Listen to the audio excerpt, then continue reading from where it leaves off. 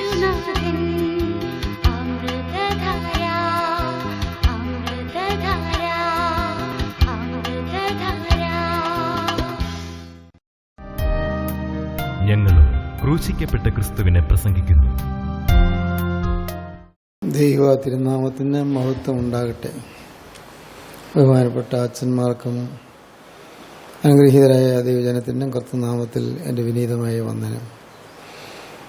ദൈവത്തിന് സ്തോത്രം. നാം വെളിപ്പാട് പുസ്തകത്തിൽ 3-ാം അധ്യായത്തിൽ അവസാന ഭാഗത്തേക്ക് നാം വരികയാണ്. ആസിയയിലെ 7 സഭകളിൽ ഒടുവിലത്തെ സഭയായ ലവോദിക്ക സഭയെക്കുറിച്ചാണ് നമുക്ക് പഠിക്കാനും ധ്യാനിക്കാനും ലഭിച്ചിരിക്കുന്നത്. ദൈവത്തിന് സ്തോത്രം. ഓരോ സഭയെക്കുറിച്ചുള്ള ദൂതിൽ ദൈവത്തിൻ്റെ പരിശുദ്ധാത്മാവ് വളരെ കൃത്യമായി ശക്തമായി ഓരോ സഭയ്ക്കുമുള്ള തെറ്റുകൾ ചൂണ്ടിക്കാണിച്ചു തരുന്നുണ്ട്. തെറ്റുകൾ ചൂണ്ടിക്കാണിക്കുന്നത് ആ തെറ്റുകൾ ആവർത്തിക്കാനല്ല, തെറ്റുകളിൽ നഷ്ടപ്പെട്ടു പോകാനല്ല, തെറ്റുകൾ ആവർത്തിക്കാതിരിക്കാനാണ്. പാപത്തിൻ്റെ സ്വാധീനം സഭകളെ ബാധിക്കുന്നു എന്ന് ദൈവത്തിൻ്റെ പരിശുദ്ധാത്മാവ് കാണുന്നു. പരിശുദ്ധാത്മാവ് ആ സഭകൾക്ക് താക്കീത് നൽകുന്നു, വാണിംഗ് നൽകുന്നു, മുന്നറിയിപ്പ് നൽകുന്നു. തെറ്റുകളിൽ മുന്നോട്ട് പോയാൽ അനർത്ഥം സംഭവിക്കുമെന്നും ശാശ്വതമായ മഹാവിപത്തിലേക്ക് നിത്യനരകത്തിലേക്ക് പോകുമെന്നും ദൈവത്തിൻ്റെ പരിശുദ്ധാത്മാവ് ചൂണ്ടിക്കാണിച്ചു തരുന്നു. അതൊരു ദൈവസ്നേഹമാണ് വാസ്തവത്തിൽ അത് പറഞ്ഞു തരുന്നത്, തെറ്റുകൾ ചൂണ്ടിക്കാണിച്ചു തരുന്നത്. ഞാൻ ഓർക്കുന്നു, ഇബ്രായ ലേഖനം 12-ാം അധ്യായത്തിൽ 5-ാമത്തെ വാക്യം മുതലാണ് പറയുന്നു, മകനെ കർത്താവിൻ്റെ ശിക്ഷ നിരസിക്കരുത്, അവൻ ശാസിക്കുമ്പോൾ മുഷിയുമരുത്. വായിച്ചേ. മകനെ കർത്താവിൻ്റെ ശിക്ഷ നിരസിക്കരുത്, അവൻ ശാസിക്കുമ്പോൾ മുഷിയുമരുത്. കർത്താവ് താൻ സ്നേഹിക്കുന്നവനെ ശിക്ഷിക്കുന്നു. കർത്താവ് ശിക്ഷണം തരുന്നത് സ്നേഹമുള്ളത് കൊണ്ടാണ്.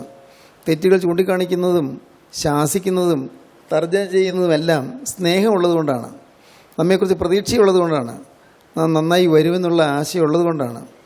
ആ ഒരു വിശ്വാസം ഉള്ളതുകൊണ്ടാണ് കർത്താവ് പറയുന്നത്, നിന്റെ തെറ്റ് നിനക്കുണ്ട്, ഇന്ന കാര്യത്തിൽ നിനക്ക് വീഴ്ചയുണ്ട് എന്ന് പറയുന്നത്. അത് ദൈവത്തിൻ്റെ സ്നേഹമാണത്. മകനെ കർത്താവിന് ശിക്ഷ നിരസിക്കരുത്, അവൻ ശാസിക്കും മുഷിക്കരുത്. കർത്താവ് താൻ സ്നേഹിക്കുന്നതിനെ ശിക്ഷിക്കുന്നു. താൻ കൈക്കൊള്ളുന്ന ഏതു മകനെയും തല്ലുന്നു എന്നിങ്ങനെ മക്കളോടെന്ന പോലെ നിങ്ങളോട് സമ്പാദിക്കുന്ന പ്രബോധനം നിങ്ങൾ മറന്നു കളഞ്ഞുവോ? ഏത് മനുഷ്യനെയും ഓരോരുത്തരെയും താൻ കൈക്കൊള്ളുന്ന ഏത് മകനെയും തല്ലുന്നു. കൈക്കൊള്ളുന്ന മകനെയാണ് തല്ലുന്നത്. അത് പലപ്പോഴും നമുക്ക് മനസ്സിലാകാതെ പോകുന്നുണ്ട്. തെറ്റുകൾ ഓരോന്നോരോന്ന് ചൂണ്ടിക്കാണിച്ച് തരുന്നത് അത് തിരുത്താനാണെന്നും നമ്മുടെ നന്മയ്ക്കാണെന്നും നാം അറിയേണ്ടതാണ്. നമ്മുടെ ജീവിതത്തിൽ പറ്റുന്ന വലിയ അപകടം നാം കർത്താവിൻ്റെ ശിക്ഷണവും കർത്താവിൻ്റെ ശാസനയും നമുക്ക് പൊറുക്കാൻ വയ്യാത്തതുപോലെ ആയിരിക്കും ചിലപ്പോൾ. അത് നമ്മുടെ അഭിമാനത്തെ വ്രണപ്പെടുത്തും. മനുഷ്യരുടെ ഇടയിലുള്ളതായ സ്ഥാനമാനങ്ങൾക്ക് കേടുവരുമെന്നൊരു തോന്നലുണ്ടാക്കും. തന്മൂലം ആ വചനത്തെ നാം തട്ടിക്കളയുന്നു, മാറ്റിക്കളയുന്നു, നാം സ്വീകരിക്കുന്നില്ല. നഷ്ടമാണത്, വലിയ നഷ്ടമാണ്. ദൈവത്തിന് സ്തോത്രം. ഓർക്കുക, നമ്മുടെ ജീവിതത്തിൽ, നമ്മുടെ ഓരോരുത്തരുടെയും ജീവിതത്തിൽ വചനം കേൾക്കുമ്പോഴെല്ലാം എന്നെ സ്നേഹിക്കുന്ന എൻ്റെ കർത്താവ് എനിക്ക് വചനം തരുന്നു എന്ന് നിങ്ങൾ വിശ്വസിക്കണം. അവിടെ ആ ഒരു വിശ്വാസം കിട്ടുന്നതാണ് വാസ്തവത്തിൽ നമ്മുടെ അനുഗ്രഹത്തിൻ്റെ അടിസ്ഥാനം. എന്നെ സ്നേഹിക്കുന്ന എൻ്റെ ദൈവം എനിക്ക് തിരുത്താനുള്ള കാര്യങ്ങൾ പറഞ്ഞു തരുന്നു. ദൈവത്തിൻ്റെ അനന്തമോഹനമായ സ്നേഹമാണത്. മനസ്സിലാക്കണം. അങ്ങനെ കർത്താവിന് ശിക്ഷ നിരസിക്കരുത്, അവൻ ശാസിക്കുമ്പോൾ മുഷിക്കുകയുമരുത്. താൻ കൈക്കൊള്ളുന്ന ഏത് മകനെയും തല്ലുന്നു എന്നിങ്ങനെ മക്കളോടെന്ന പോലെ നിങ്ങളോട് സമ്പാദിക്കുന്ന പ്രബോധനം നിങ്ങൾ മറന്നു കളഞ്ഞുവോ? വായിച്ചോ. നിങ്ങൾ ബാലശിക്ഷ സഹിച്ചാൽ ദൈവം മക്കളോടെന്ന പോലെ നിങ്ങളോട് പെരുമാറുന്നു. മക്കളോട് പെരുമാറുന്നവരെയാണ്. മക്കളെ ശിക്ഷിക്കുന്നു, ശാസിക്കുന്നു, നന്നായി വരാനാണ്. ഈ ലോകത്തിൽ നമുക്ക് കർത്താവായ യേശുക്രിസ്തു കഴിഞ്ഞാൽ നമ്മെ ഏറ്റവും അധികം സ്നേഹിക്കുന്ന നമ്മുടെ മാതാപിതാക്കളാണ്. പലപ്പോഴും മാതാപിതാക്കളുടെ ശാസനകൾ മക്കൾക്ക് വെറുപ്പാകുന്നു, മക്കൾക്ക് അത് ഇഷ്ടപ്പെടുന്നില്ല. അത് ദോഷമാണത്. താൻ കൈക്കൊള്ളുന്ന ഏത് മകനെയും തല്ലുന്നതാണ് വായിച്ചേ. താൻ കൈക്കൊള്ളുന്ന ഏത് മകനെയും തല്ലുന്നു എന്നിങ്ങനെ മക്കളോടെന്ന പോലെ നിങ്ങളോട് സംവാദിക്കുന്ന പ്രബോധനം നിങ്ങൾ മറന്നു കളഞ്ഞുവോ? മക്കളോടെന്ന പോലെ നിങ്ങളോട് സംവാദിക്കുന്ന പ്രബോധനം നിങ്ങൾ മറന്നു കളഞ്ഞുവോ? മക്കളോട് സംസാരിക്കുന്ന ആ ദൈവസ്നേഹമാണ്. ദൈവത്തിന് സ്തോത്രം. ദൈവത്തിൻ്റെ ഏറ്റവും ശ്രേഷ്ഠമായ മനുഷ്യനുള്ളതായ സ്നേഹത്തിൻ്റെ പരമാധിക്യമാണ് വാസ്തവത്തിൽ കാണിക്കുന്നത്. കർത്താവ് ശാസിക്കുകയും ശിക്ഷ തരികയും ചെയ്യുന്നത്. ആസിയിലെ 7 സഭകൾക്കുമുള്ള തോതിൽ അവരുടെ ഓരോ സഭയ്ക്കുമുള്ള തെറ്റുകൾ കർത്താവ് ചൂണ്ടിക്കാണിച്ചു കൊടുക്കുന്നു. ഓരോ സഭയ്ക്കുമുള്ള തെറ്റുകൾ എഫേസസ് സഭയ്ക്ക് വ്യക്തമായി പറഞ്ഞു കൊടുത്തു. ഒരു കുറ്റം നിന്നെക്കുറിച്ച് പറയാനുണ്ട്. ആദ്യ സ്നേഹം വിട്ടുകളഞ്ഞെന്ന് ഒരു കുറ്റം നിന്നെക്കുറിച്ച് പറയുവാനുണ്ട്. ആകയാൽ നീ ഏതിൽ നിന്ന് വീണിരിക്കുന്നു എന്നോർത്ത് മാനസാന്തരപ്പെട്ട് നിൻ്റെ ആദ്യത്തെ പ്രവൃത്തി ചെയ്യുക. അല്ലാഞ്ഞാൽ ഞാൻ വരികയും നീ മാനസാന്തരപ്പെടാഞ്ഞാൽ നിൻ്റെ നിലവിളക്ക് അതിൻ്റെ നിലയിൽ നീക്കുകയും ചെയ്യും. നിലവിളക്ക് മാറിപ്പോവും. നിലവിളക്കിൻ്റെ അതിൻ്റെ ലാമ്പ് സ്റ്റാൻഡിൽ നിന്ന് ആ വിളക്ക് അതിൻ്റെ നിലയിൽ നിന്ന് മാറ്റിക്കളയും. വിളക്ക് പോലും ഇല്ലാതാകും. വെളിച്ചമോ ഇല്ല, കെട്ടുപോയി പോരാ, വിളക്ക് പോലും മാറ്റിക്കളയും. ദൈവത്തിന് സ്തോത്രം. രണ്ടാമത്തെ സഭ സ്മരണ സഭയാണ്. ആ സഭയ്ക്കുള്ള ദൂതിൽ കർത്താവ് ഒരു ഇന്ന തെറ്റ് എന്ന് ചൂണ്ടിക്കാണിക്കുന്നില്ല. കർത്താവിൻ്റെ ഒരു ആശ്വാസം. ആ സഭയെക്കുറിച്ച് പറയുമ്പോൾ കർത്താവിൻ്റെ ഒരു ആശ്വാസമുണ്ട്. ഒരു പീഡിത സഭയാണ്. എന്നും പീഡ സഹിക്കുന്ന സഭ, ദുരിതം അനുഭവിക്കുന്ന സഭ. അവിടെയുള്ള ദൈവമക്കൾ എന്നും കഠിനമായ ശോധനയിൽ കൂടി കടന്നു പോകേണ്ടി വരുന്നവരാണ്. നീ സഹിപ്പാനുള്ളത് പേടിക്കേണ്ടെന്നാണ് പറയുന്നത്. നീ സഹിപ്പാനുള്ളത് പേടിക്കേണ്ട. പിശാച് നിങ്ങൾ ചിലരെ പരീക്ഷിക്കേണ്ടതിന് നിങ്ങളെ തടവിലാക്കുവാൻ പോകുന്നു. 10 ദിവസം നിനക്ക് ഉപദ്രവം ഉണ്ടാകും. മരണം വരുന്ന വിശ്വസനായിരിക്കുക. എല്ലാം കർത്താവ് മുൻകൂട്ടി പറയുകയാണ്. നീ സഹിപ്പാനുള്ളത് പേടിക്കേണ്ട, ധൈര്യം കൊടുക്കുകയാണ്. സ്മൃണ സഭ വാസ്തവത്തിൽ ഒരു രംഗീഹിത സഭയാണ്. അതുപോലുള്ളൊരു സഭയായി തീരാനാണ് കർത്താവിനെക്കുറിച്ച് ആഗ്രഹിക്കുന്നത്. ഓർത്തുകൊള്ളണം, ഈ ക്രിസ്തീയ ജീവിതം എന്ന് പറയുന്നത് അത് ഒരിക്കലും പൂമത്തെയല്ല. ക്രിസ്തീയ ജീവിതം വിശ്വാസിക്ക് രോഗം വരികയില്ലെന്ന് പറയാൻ പറ്റുകയില്ല. വിശ്വാസിക്ക് കഷ്ടത വരികയില്ലെന്ന് പറയാൻ പറ്റുകയില്ല. വിശ്വാസിക്ക് ആപത്തുകൾ വരില്ല എന്ന് പറയാനൊക്കുകയില്ല. ദൈവത്തെ ഭജിക്കുന്ന, ദൈവത്തെ വിശ്വാസത്തോടെ പിൻഗമിക്കുന്ന ഒരാൾക്ക് പരീക്ഷ തോൽക്കുകയില്ല എന്ന് പറയാൻ പറ്റുകയില്ല.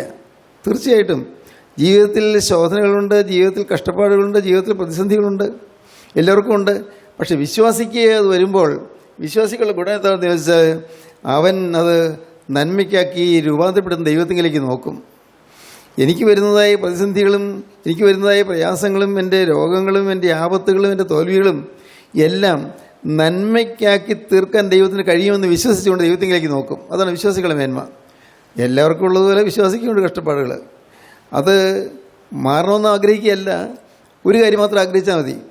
രോഗം മാറണമെന്ന് ആഗ്രഹിക്കണമെന്ന് ഞാൻ പറയുന്നില്ല. തീർച്ചയായിട്ടും രോഗം മാറണമെന്ന് ആഗ്രഹിക്കാം, പ്രാർത്ഥിക്കാം. പക്ഷേ ഒരു കാര്യം ഓർത്തുകൊള്ളണം, ഈ രോഗം മാറിയില്ലെങ്കിലും ശരി, എൻ്റെ കർത്താവേ ഈ പരീക്ഷ പാസ്സായില്ലെങ്കിലും ശരി, എൻ്റെ കർത്താവേ എൻ്റെ പണത്തിൻ്റെ ഞെരുക്കം മാറിയില്ലെങ്കിലും ശരി, യേശുവേ ഞാൻ വിശ്വസിക്കുന്നു നീ എന്നെ സ്നേഹിക്കുന്നു. ഈ വലിയൊരു കെടുതി എനിക്ക് വന്നത് എനിക്ക് സ്വയം ചിന്തിക്കാനുള്ള ഏതെങ്കിലും വക തരുന്നുണ്ടാകും. എന്നെ തന്നെ കഴുകി വെടിപ്പാക്കി നിത്യജീവന് വേണ്ടി ഒരുങ്ങാനുള്ള ഒരു വക തരുന്നുണ്ടാകും. നിത്യജീവന് വേണ്ടി ഒരുങ്ങണം. ഈ ഭൂമിയിലെ ആയുസ്സിൽ കൊണ്ട് മാത്രമേ നിത്യജീവന് വേണ്ടി ഒരുങ്ങാൻ പറ്റുകയുള്ളൂ. കടന്നു ചെന്നതിന് ശേഷം നിത്യജീവന് വേണ്ടി ഒരുങ്ങാൻ ഒക്കുകയില്ല. ഈ ഭൂമിയിലുള്ള ഒരു ചുരുങ്ങിയ കാലത്തെ ആയുസ് കൊണ്ടാണ് നിത്യയുഗത്തിന് വേണ്ടി, നിത്യസന്തോഷത്തിന് വേണ്ടി ഒരുങ്ങാൻ പറ്റുകയുള്ളൂ.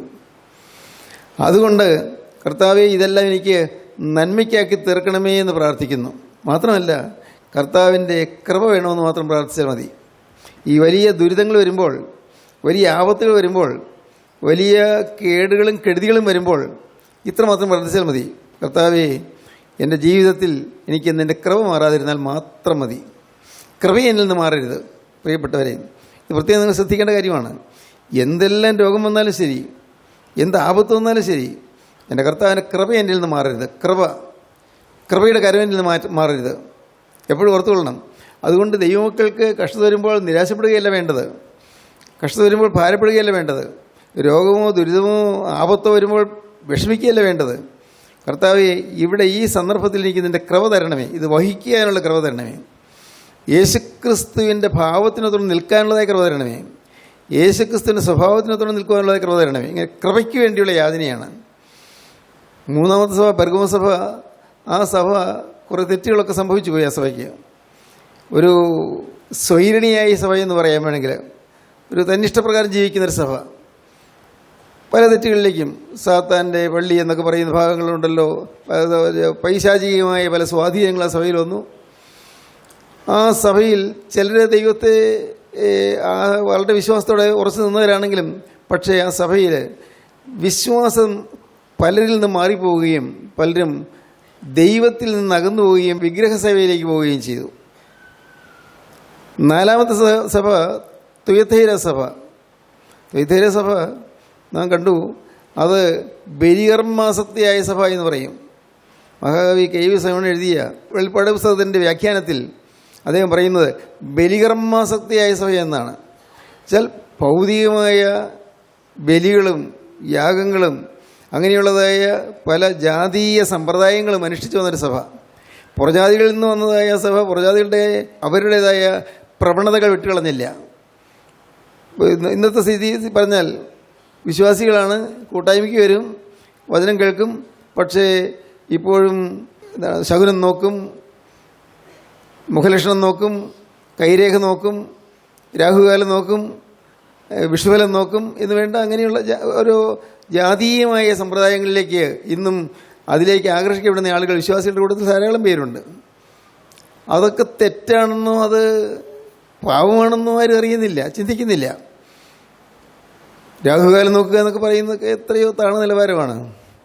ഇങ്ങനെയുള്ളതായ പല പല വേണ്ടാതനങ്ങളും അനേകം വിശ്വാസികൾക്കുണ്ട്. അങ്ങനെയുള്ള ഒരു അപകടം പിടിച്ച അനർത്ഥം പിടിച്ച ഒരു സഭയായിട്ടാണ് ബലികർമാസക്തിയായ സഭയായ തുയഥൈര സഭയെക്കുറിച്ച് കാണുന്നത്. എന്നാൽ അഞ്ചാമത്തെ സഭ സർദി സഭ. ആ സഭയെക്കുറിച്ച് പറയുമ്പോൾ ദൈവത്തിൻ്റെ ആത്മാവ് പറയുന്നത്, ജീവനിൽ നിനക്ക് പേരൊക്കെ ഉണ്ട്, പക്ഷേ നീ മരിച്ചവനാണ്. പിന്നെ ചിലരുണ്ട്, അവർ മരിച്ചു കഴിഞ്ഞിട്ടില്ല, അവർ ചാവാറായി കിടക്കുകയാണ്. ചാവാറായ ശേഷിപ്പുള്ള ശക്തിയിരിക്കുക, ജീവനുള്ളതെന്ന് നിനക്ക് പേരുണ്ടെങ്കിൽ നീ മരിച്ചവനാകുന്നു. ജീവനുള്ളതെന്ന് നിനക്ക് പേരുണ്ടെങ്കിൽ നീ മരിച്ചവനാകുന്നു. ഉണർന്നുകൊള്ളുക. ആ സഭയുടെയും കാര്യങ്ങളിൽ പറയുമ്പോൾ തെറ്റുകൾ ചൂണ്ടിക്കാണിക്കുന്നു. തിന്മയുണ്ട്. ഇന്നും നിൻ്റെ ജീവിതത്തിൽ നീ അഭിമാനിച്ചുകൊണ്ടിരിക്കുന്നു, ജീവനുള്ളവനാണ്, എനിക്ക് ആത്മാവിൽ ജീവനുണ്ട്, ഞാൻ പള്ളിയിൽ പോകുന്നുണ്ട്, നമസ്കാരം ചൊല്ലുന്നുണ്ട് എന്നിങ്ങനെയാണ് നീ അഭിമാനിച്ചുകൊണ്ടിരിക്കുന്നത്. പക്ഷേ നിനക്ക് ആന്തരാത്മാവിൽ ജീവനില്ല. ഈ കാര്യം തുറന്നു പറയുന്നു. ആറാമത്തെ സഭയാണ് ഫിലദൽഫിയ സഭ. നമ്മൾ കുറേ ക്ലാസ്സുകളായിട്ട് അത് കേട്ടുകൊണ്ടിരിക്കുകയായിരുന്നു. ഫിലദൽഫിയ സഭ അത് സ്നേഹമുള്ളൊരു സഭയാണ്. സ്നേഹം. ആ സഭയാണ് കർത്താവ് പ്രകീർത്തിക്കുന്നത്, ആ സഭയാണ് കർത്താവ് പ്രശംസിക്കുന്നത്. കർത്താവ് ആ സഭയെക്കുറിച്ച് പറയുമ്പോൾ അഭിമാനത്തോടെ പറയുന്നു. സ്തോത്രം. ഫിലദൽഫിയ സഭ ഓർക്കുക, നമ്മുടെ ജീവിതത്തിൽ എപ്പോഴും ഓർത്തുകൊള്ളണം, എന്നെക്കുറിച്ച് എൻ്റെ കരുണയുള്ള കർത്താവ് അഭിമാനത്തോടെ ചിന്തിക്കത്തക്കവണ്ണം ഇവൻ എൻ്റെ മകനാണ്, ഇവൾ എൻ്റെ മകളാണ്, ഇവൾ എൻ്റെ വചനപ്രകാരം ജീവിക്കുന്നവനാണ്, ഇവൾ എൻ്റെ വചനപ്രകാരം ജീവിക്കുന്നവളാണ് എന്ന് കർത്താവ് പറയത്തക്കവണ്ണം, കർത്താവിനെ പ്രശംസിക്കത്തക്കവണ്ണമുള്ള അനുഭവം നാം നേടിയെടുക്കേണ്ടതാണ് നമ്മുടെ ജീവിതത്തിൽ. അതാണ് ഏറ്റവും ആവശ്യം. സ്നേഹമുള്ളൊരു സഭ, സ്നേഹത്തിൻ്റെ നിറവുള്ളൊരു സഭ. അതിനെക്കുറിച്ചെല്ലാം കഴിഞ്ഞ പ്രാവശ്യം ചിന്തിച്ചല്ലോ. നമുക്കിന്ന് ലവോദിക്ക സഭയെക്കുറിച്ച് ചിന്തിച്ചു തുടങ്ങാം. ദൈവത്തിന് സ്തോത്രം. ലവോദിക്ക സഭ വായിക്കാം. 14-ാമത്തെ വാക്യം മുതൽ 3-ാം അധ്യായം 14-ാം വാക്യം മുതൽ വായിക്കാം. ലവദുക്കയിലെ സഭയുടെ ദൂതൻ എഴുതുക, വിശ്വസ്തനും സത്യവാനുമായ സാക്ഷിയായി ദൈവസൃഷ്ടിയുടെ ആരംഭമായ ആമേൻ എന്നുള്ളവൻ അരുളി ചെയ്യുന്നത്, ഞാൻ നിന്റെ പ്രവൃത്തി അറിയുന്നു. ഞാൻ നിന്റെ പ്രവൃത്തി അറിയുന്നു. എല്ലാ സഭകളും പറയുമ്പോൾ അത് പറയുന്നുണ്ട്. ഞാൻ നിന്റെ പ്രവൃത്തി അറിയുന്നു. നീ ഉഷ്ണവാനുമല്ല ശീതവാനുമല്ല. ശീതവാനോ ഉഷ്ണവാനോ ആയിരുന്നുവെങ്കിൽ കൊള്ളായിരുന്നു. നീ ശീതവാനുമല്ല ഉഷ്ണവാനുമല്ല, ശീതോഷ്ണവാനാണ്. ശീതവാനോ ഉഷ്ണവാനോ ആയിരുന്നെങ്കിൽ കൊള്ളാമായിരുന്നു. നീ തീർത്തും തണുപ്പുള്ളവനല്ല, ഏറ്റവും ചൂടുള്ളവനുമല്ല. ഒരു മന്ദോഷ്ണാവസ്ഥ, ശീതോഷ്ണാവസ്ഥ. ഈ കൊലോസിയിൽ കൂടി ഒഴുകിവരുന്ന നദിയിൽ ഉഷ്ണജലപ്രവാഹം ഉണ്ടായിരുന്നു. അത് ലവോദിക്ക ഭാഗത്തുകൂടി ഒഴുകുമ്പോൾ ആ ഉഷ്ണജല പ്രവാഹം അത് ചൂട് കുറഞ്ഞ് അത് ഏതാണ്ട് ഒരു വാട്ടവെള്ളം പോലെയായി തീർന്നു. അത് ചരിത്രത്തിലുള്ള കാര്യമാണ്, ജോഗ്രഫിയിൽ ഭൂമിശാസ്ത്രത്തിലുള്ള കാര്യമാണ്. വാട്ടവെള്ളം പോലെയായി തീർന്നു. ഈ വാട്ടവെള്ളം കുടിക്കാൻ പറ്റുകയില്ല, കുടിക്കാൻ സാധിക്കില്ല. അതൊരു ഏതാണ്ടൊരു ചുവകേടാണ്, ഒരു അരുചിയാണതിൽ. ഈ ലവോദിക്ക സഭയെക്കുറിച്ച് പറയുമ്പോൾ നീക്ക് കുറച്ചൊക്കെ ചൂടൊക്കെ ഉണ്ട്, പക്ഷേ നീ പല ഭാഗത്തും തണുപ്പാണ്. രണ്ടും കലർന്നൊരവസ്ഥ. ഈ ലവോദിക്ക സഭയുടെ കാലയളവെന്ന് പറയുന്നത് ഏതാണ്ട് 20-ാം നൂറ്റാണ്ട് കാലങ്ങളാണ് നമ്മുടെ ഇന്നത്തെ കാലയളവ്. ഇന്ന് 21-ാം നൂറ്റാണ്ടിൻ്റെ ആരംഭകാലമാണല്ലോ.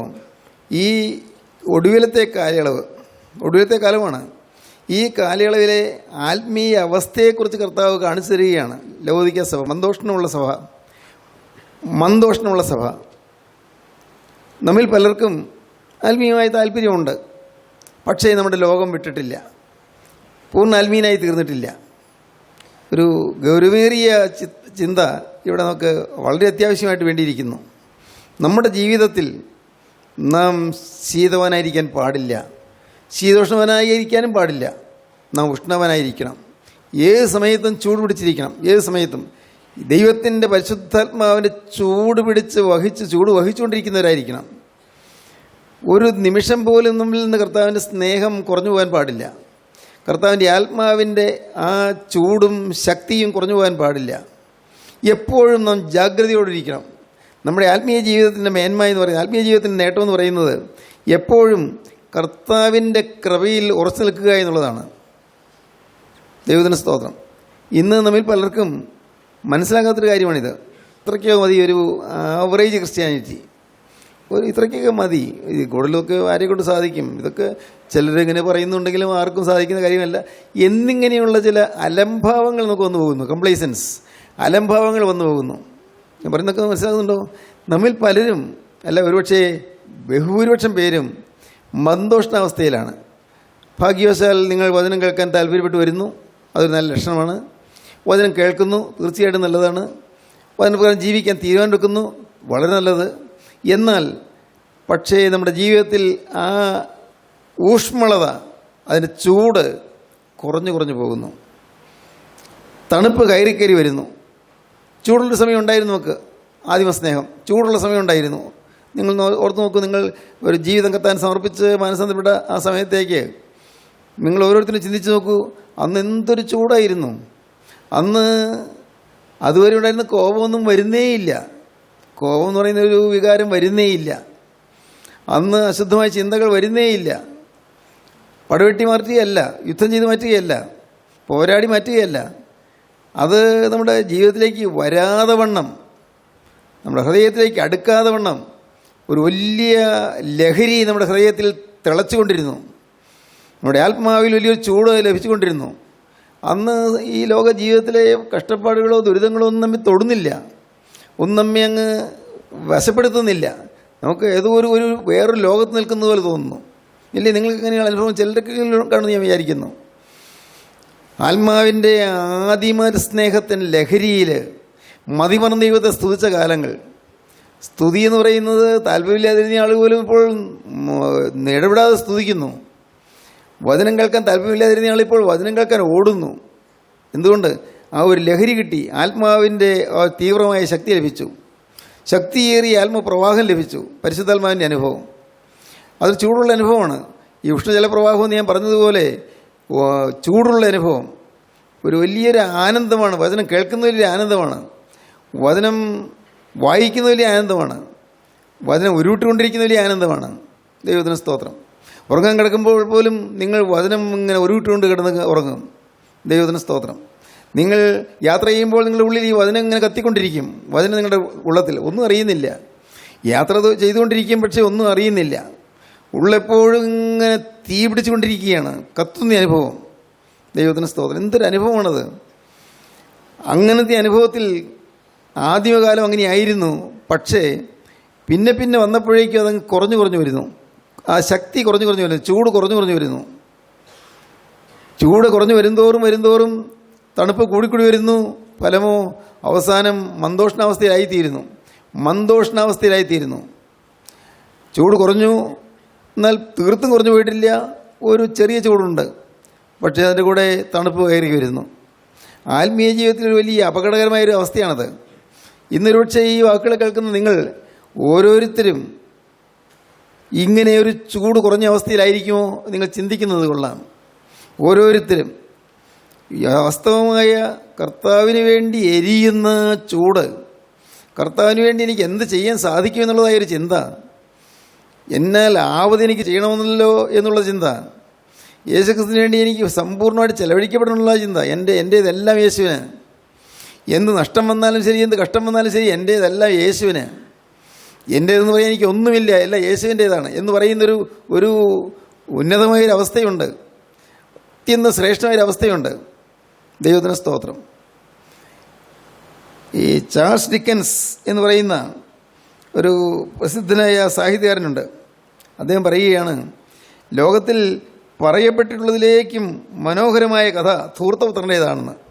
ചാൾസ് ഡിക്കൻസ് പറഞ്ഞതാണ്. ലോകത്തിൽ കേട്ടിട്ടുള്ളതിലേക്കും പറഞ്ഞിട്ടുള്ളതിലേക്കും ഏറ്റവും മനോഹരമായ കഥ ധൂർത്തപുത്രൻ്റെ കഥയാണ്. ആ ചെറുപ്പക്കാരൻ പോയപ്പോൾ തീർത്തും പാപത്തിലേക്കാണ് പോയത്. അപ്പനെ വിട്ടുപോയി, മുഴുവൻ പാപത്തിലേക്ക് പോയി, അത്യന്തം ധൂർത്തടിച്ച് ജീവിച്ചു. അവനുണ്ടായ സ്വത്തൊക്കെ നഷ്ടപ്പെടുത്തി.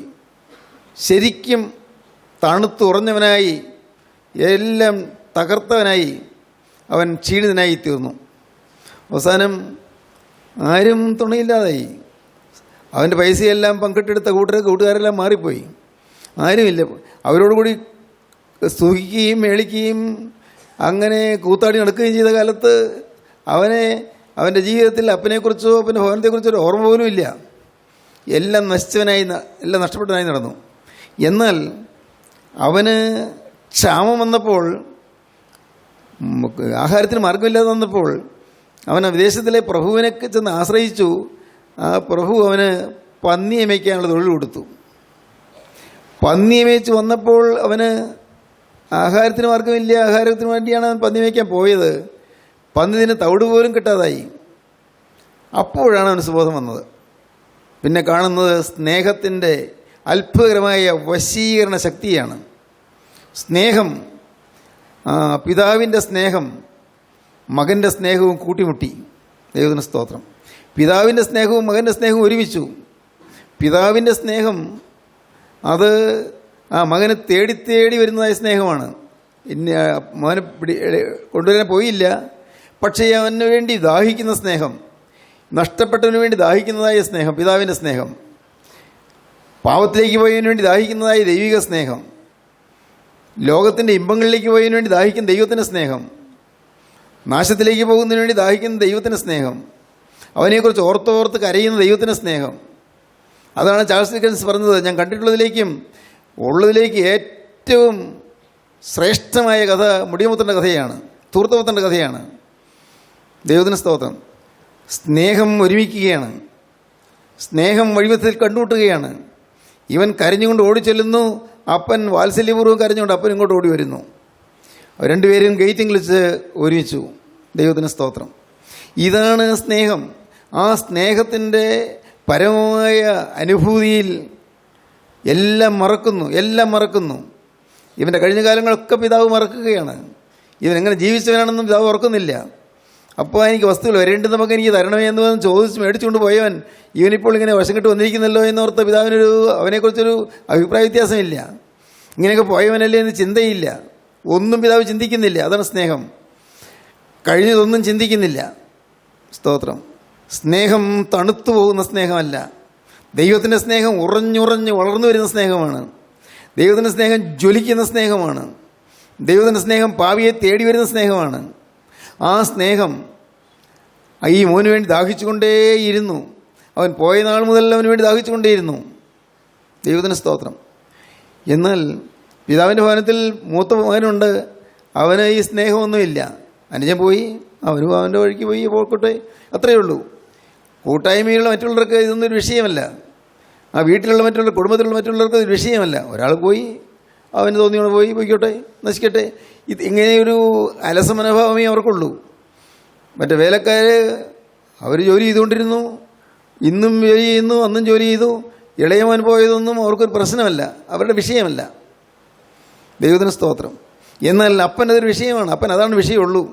ജീവനുള്ള ദൈവത്തിന് അതേ വിഷയമുള്ളൂ. നഷ്ടപ്പെട്ടു പോയതിനെക്കുറിച്ചുള്ളതായ സ്നേഹത്തിൻ്റെ ദാഹം, പാപത്തിലേക്ക് പോയതിനെക്കുറിച്ചുള്ളതായ സ്നേഹത്തിൻ്റെ അഗാധമായ ദാഹം, ആ ദാഹം ഇവനെ എപ്പോഴും തിരിച്ചു വരാനായിട്ട് എങ്ങനെ ദാഹത്തോടെ ക്ഷണിക്കുന്ന ദാഹമാണ്, സ്നേഹമാണ്.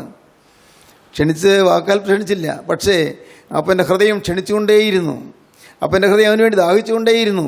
അപ്പൻ്റെ ഹൃദയം അവന് വേണ്ടി നിർബന്ധമായി സ്നേഹിച്ചുകൊണ്ടേയിരുന്നു. ആ സ്നേഹം, ഈ സ്നേഹം അത് കുറഞ്ഞു പോകുന്നതാണ് ലവോദിക്ക സഭയ്ക്ക് പറ്റിയ തെറ്റ്. ഈ സ്നേഹത്തിൻ്റെ ചൂട് കുറഞ്ഞുപോയി.